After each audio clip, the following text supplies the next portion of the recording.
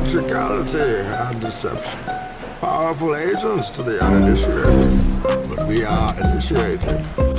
I'm super excited! Americans are drinking tap water contaminated with an invisible toxic cocktail of cancer-linked chemicals. That is according to a new report from the Environmental Working Group's 2021 tap water database. Researchers and scientists spent 2 years analyzing water contaminants from almost 50,000 water systems across all 50 states and Washington, D.C. as well. Joining me now, The Hill's Sharon Udason, who is covering this story.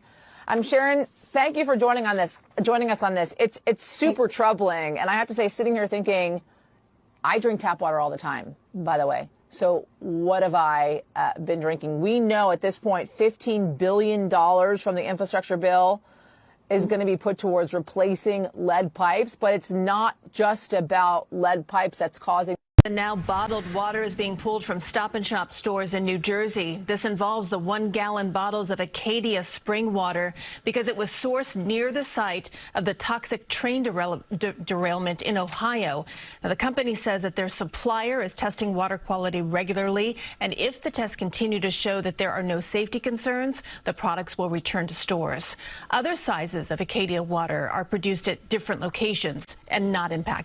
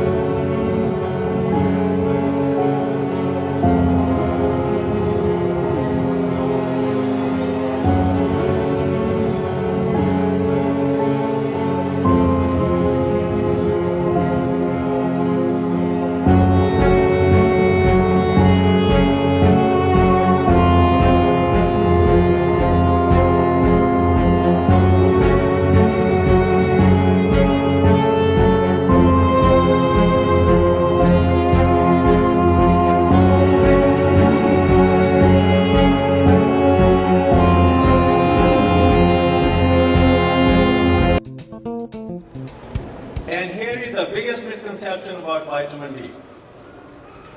Vitamin D is not a vitamin, it's a hormone. And what is a hormone? Hormone is a chemical that is produced in one part of your body, gets in blood circulation, goes to various parts of the body and have its action. For example, thyroid hormone, produced by thyroid gland right here in your neck, goes in blood circulation and has its effect on almost every organ in the body. Same way insulin. It gets produced by pancreas, gets in the blood circulation and has its effects on almost every tissue in the body. Same way, hormone D gets produced by the skin upon exposure to sun, gets in blood circulation and has its effects on almost every organ system in the body. In this small Tennessee town, a layer of thick, black residue is covering up street signs, clinging onto roofs and trees. Look, that is fungus that is growing on the side of this branch, see? It's called whiskey fungus. Like on these branches, you see for sure that's definitely whiskey fungus. And it's being fueled by one of the most popular whiskey brands in the world, Jack Daniel's, which operates 6 barrel houses here in Lincoln County. Those alcohol vapors released during the aging process of whiskey can travel hundreds of yards, fueling fungal growth, spreading on many surfaces. And so this is harder on the metal, but look. State and local officials waited 4 months to notify the public. State health officials say there is no risk to people or the environment. And that the radioactive element has been contained to the area around the plant. Courtney Godfrey joins us now after speaking to officials today. Courtney? Yeah, the Minnesota Department of Health says the leak is confined to groundwater underneath the plant and that the radioactive material hasn't migrated, saying they didn't believe there was any reason to notify the public earlier because no one was at risk. This is something that we want you to be aware of, but there's no need for public alarm or concern. Xcel Energy is trying to ease public concern after announcing a radioactive leak at its Monticello nuclear power plant back in November. saying a cracked pipe likely led a byproduct of the nuclear reaction process called tritium to leak into the groundwater. Our own employees drink from water from a well right there on site. We, of course, tested that water to make sure that it was well within safe water drinking standards, and it is. So again, we knew that there was nothing particularly concerning. The plant sits right along the Mississippi River in Monticello. I knew it. I just knew it. We are living on a farm, an energy farm, and we are the livestock. Scientists want to use people as antennas to power 6G. Oh, you son of a bitch. If you don't know, humans are light beings. We are light slowed down. They're going to be using something called Li-Fi. Not Wi-Fi, Li-Fi, which uses lights and sensors to broadcast its signal. And we're not just being used for antennas. 6G wireless technology could use humans as a power source. They are draining our energy. They are sucking our life. They are the true vampires. Using humans as part of the antenna system offers the most efficient way to harvest waste energy. In the process, humans could wear coiled copper. They're feeding off us, bruv. It's really happening. This is a radioactive leak at a nuclear power plant right here in Minnesota. Xcel Energy says it happened at its plant in Monticello last November. Now, contaminated water is slowly creeping toward the Mississippi River. WCCO's Alan Henry spoke with agencies about how they plan to stop it and why it took months for the public to find out. Both Xcel and the Minnesota Pollution Control Agency released statements about the leak Thursday afternoon, making it public knowledge for the first time. If at any point there had been a concern for the public safety, we would, of course, immediately provided much more information. The plant is located about 3/4 of a mile away from the Mississippi River, and officials tell me none of that leaked water has reached the river, at least not yet. As the snow melts and contributes to water in the river, that actually creates a natural pressure that will push the water that leaked from our plant back toward the plant. So nature is actually working with us here. I'm a mother of 5 boys, and I have a 1, a 2-year-old, and a 10-year-old still at home with me. They're breaking out with rashes. I'm taking them to the doctors. They're telling me we can't diagnose them with chemical burns of the lungs because almost after 3 weeks, they're still waiting on guidance from the Ohio Department of Health. How long is it going to take? Are one of my children going to have to drop dead before they get guidance? It's been 3 weeks now since the toxic train derailment in East Palestine, Ohio, as you know. The mayor says he saw you in Ukraine, and he says it tells you he doesn't care about us. And they're asking, is the president coming to Ohio? Do you have any plan to travel to Ohio, and have you talked with the mayor yet? Let's put this in perspective. Within 2 hours, the EPA was in there. Within 2 hours. They are only helping Norfolk clean up the mess that they refused to clean up. They threw dirt over it, laid those tracks down, and got them trains rolling. Within 2 hours. 2 hours. And even as we're doing this, another Norfolk Southern train rolling through town. Profit before people. We are in the same boat today as we were the first day they lifted that evacuation. Nothing has changed, except everybody's getting sicker and sicker. Do you plan to travel there, and have you talked with the mayor? I can't recall that. I don't think I've talked to the mayor. I've talked to everyone else there, and multiple times. Both governors, I've talked to everyone there is to talk to. They've not only ruined my home, my health of my children, they have ripped my life away from me.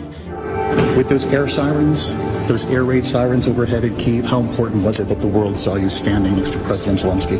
It was important to me to stand with Zelensky and let the world know on the year anniversary we're not walking away from Ukraine. They aren't helping the people of this town. They aren't providing us housing elsewhere. And people, everybody says, if you're getting sick, why are you staying there?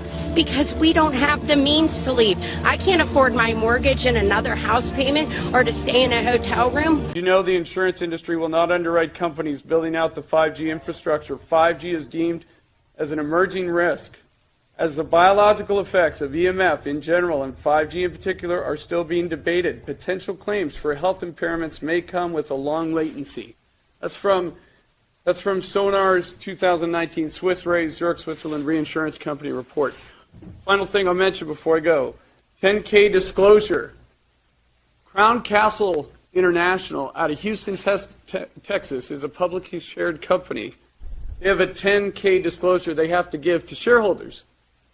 In that 10K disclosure, it reads, if frequency emissions from wireless handsets or equipment on our communications infrastructure are demonstrated to cause negative health effects, potential future claims could adversely affect our operations, costs, or revenues.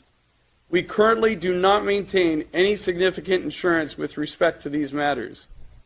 They have to let their shareholders know. I thank you for your time, and I encourage you, please, to take into consideration that right now in the United States, there are 418,000 cell towers. Over the next 6 years, that will go up another 800,000, a 300% increase. This is only just beginning. Thank you so much. Mr. Weaver, if you could leave the documents with the city clerk, that would be great. Okay. Thank you. Outrage tonight after a fourth child is diagnosed with cancer at a San Joaquin elementary school, and parents believe it's because of radiation caused by a cell tower at the school. News tonight, CBS 13's Jen McGraw is live in Ripon with what the school is now saying. Jen?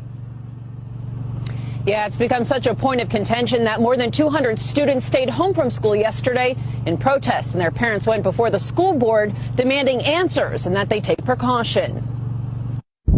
Cell phone towers are spread throughout the community, but it's this particular one that parents say usually tell us it's 100% environmental, the type of tumor he has. Monica Ferruli's son Mason was the second child to be diagnosed with cancer in just 3 years at Weston Elementary. He was 10 years old and walked by this cell phone tower daily. It's undescribable. It's really tough.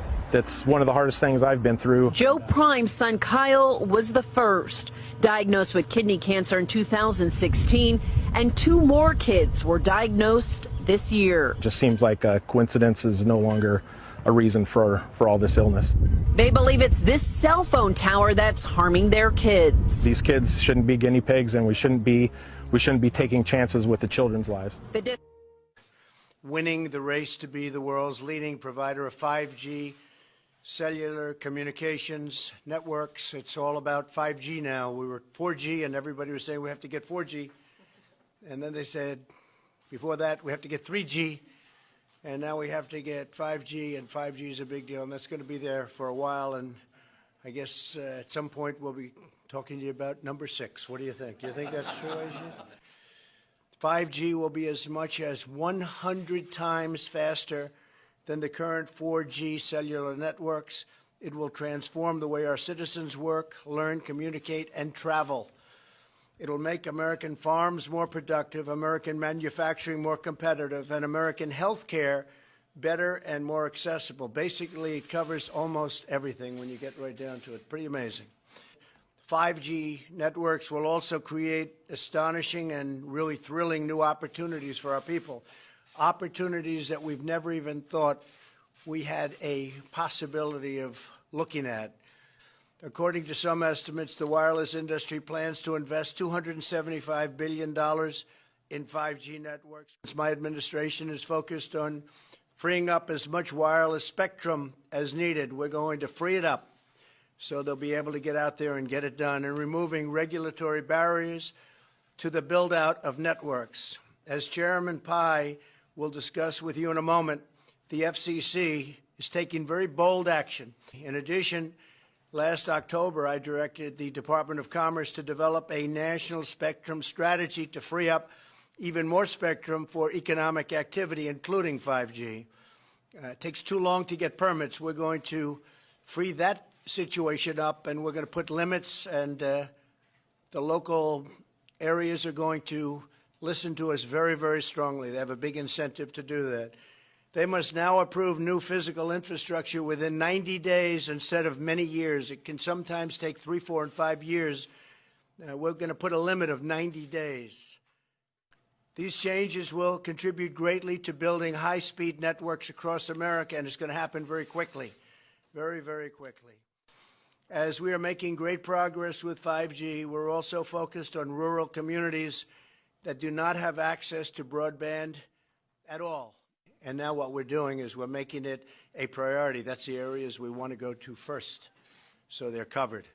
We're also working closely with federal agencies to get networks built in rural America faster and at much, much lower cost than it is even today. So now I'd like to introduce a very special man who's really worked hard and gained the respect of the world, truly, because they see what we're doing in our country, who'll be making two major announcements to accelerate our 5G future and extend broadband access to every American. No matter where you are, you will have access very quickly to 5G, and it's going to be a different life. I don't know that it's going to be better. Maybe you're happy the way it is right now, but I can say technologically it won't even be close. So, Chairman Pai, thank you very much. Please say a few words. Thank you very much.